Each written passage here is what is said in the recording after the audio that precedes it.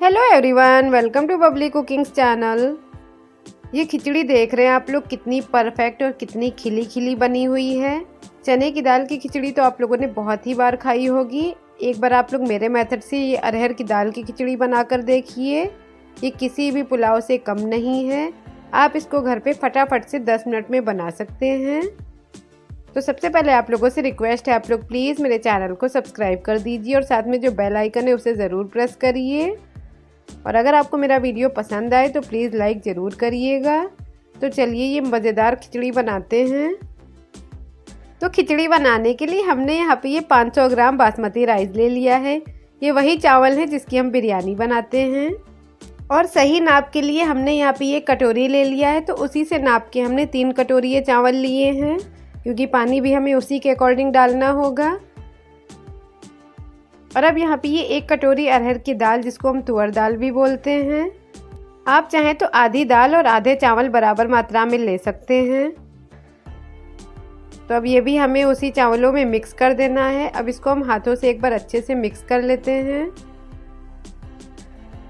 और ये दाल चावल को हम पहले से ही बीन चुके हैं, आप चेक कर लीजिए इसमें कोई कंकड़ वगैरह तो नहीं है। अब सबसे पहले हम इसको अच्छे से धो लेते हैं।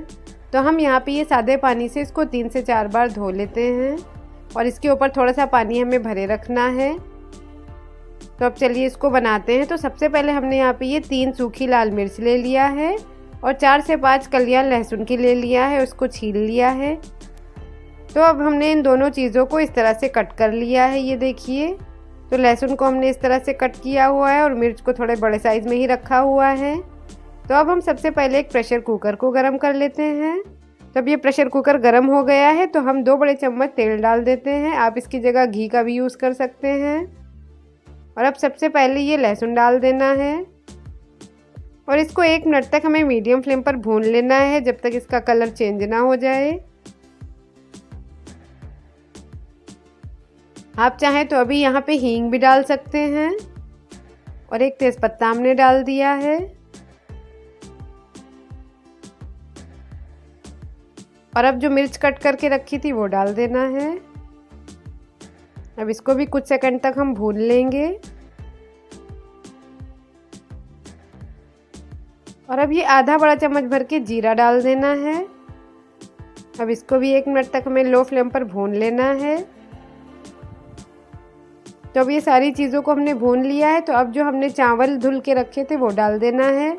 तो ध्यान रखना है, चावल का पानी हम पहले से ही निकाल चुके हैं। तो अब हमने फ्लेम को फुल कर दिया है और अब हम इसको 1 से 2 मिनट तक अच्छे से भून लेंगे। तो ये भुनना बहुत ही ज़रूरी है, तभी ये हमारी खिचड़ी है बिल्कुल स्टिकी नहीं बनेगी और इसका एक एक दाना बिल्कुल खिला खिला बनेगा। तो अब ये देखिए दाल चावल भूनते हुए 1 से 2 मिनट हो गए हैं। तो अब हम नमक डाल देते हैं। तो हमने यहाँ पे ये 2 बड़े चम्मच नमक डाला है, आप अपने टेस्ट के हिसाब से रखिए। और 1 चम्मच भर के ये मिर्च का पेस्ट हमने डाला है, अगर आपके पास पाउडर है तो आप वही डालिए। अब इसको हम 1 मिनट तक भून लेंगे और अच्छे से इसको मिक्स कर देंगे। और अब हमें पानी डाल देना है। तो जिस कटोरी से हमने नाप के चावल और दाल लिए थे तो टोटल वो 4 कटोरियाँ हो गए थे। 3 कटोरी हमने चावल लिए थे और 1 कटोरी दाल। तो हमें 1 कटोरी एक्स्ट्रा पानी डालना है, यानी कि 5 कटोरी पानी डालना है हमको। और अब इसमें बॉयल आने लगा है तो हम प्रेशर कुकर का ढक्कन लगा देते हैं और इसमें सिर्फ 2 सीटी लगाना है हमको फुल फ्लेम पर। और अब इसमें सीटियां आ चुकी हैं और इसका प्रेशर भी अपने आप से निकल गया है। तो हम इसका ढक्कन खोल के चेक कर लेते हैं। तो ये देखिए हमारी बहुत ही टेस्टी मज़ेदार खिचड़ी रेडी है। अब हम इसको चम्मच से हल्के हाथों से चला देते हैं। तो अब इस खिचड़ी के साथ खाए जाने वाले रायता को भी हम बना लेते हैं। तो ये इंस्टेंट रायता बनाने के लिए हमने यहाँ पे ये आधा कप दही ले लिया है और अब हम यहाँ पे ये थोड़ा सा पानी डाल देते हैं और अब इसको अच्छे से मिक्स कर लेना है हमको।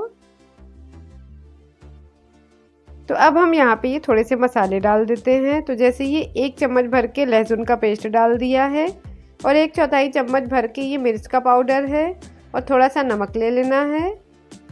आप चाहें तो काले नमक का भी यूज़ कर सकते हैं और आधा छोटा चम्मच ये भुने हुए ज़ीरे का पाउडर और 1/4 बड़ा चम्मच भर के काली मिर्च का पाउडर। अब ये सारी चीज़ों को हमें अच्छे से मिक्स कर देना है।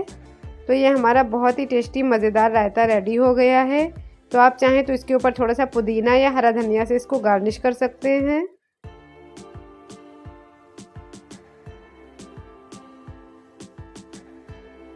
और आप देख सकते हैं ये हमारी खिचड़ी कितनी परफेक्ट बनी हुई है। तो हम इसको एक प्लेट में निकाल लेते हैं। आप देख सकते हैं इसका एक एक दाना बिल्कुल खिला खिला बना है।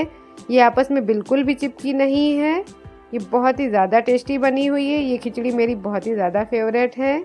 तो अगर आपको वीडियो पसंद आया हो तो प्लीज़ लाइक ज़रूर करिए। और अगर आपने अभी तक मेरे चैनल को सब्सक्राइब नहीं किया है तो सब्सक्राइब करिए और साथ में जो बेल आइकन है उसे ज़रूर प्रेस करिए। तो हम फिर मिलते हैं। बाय।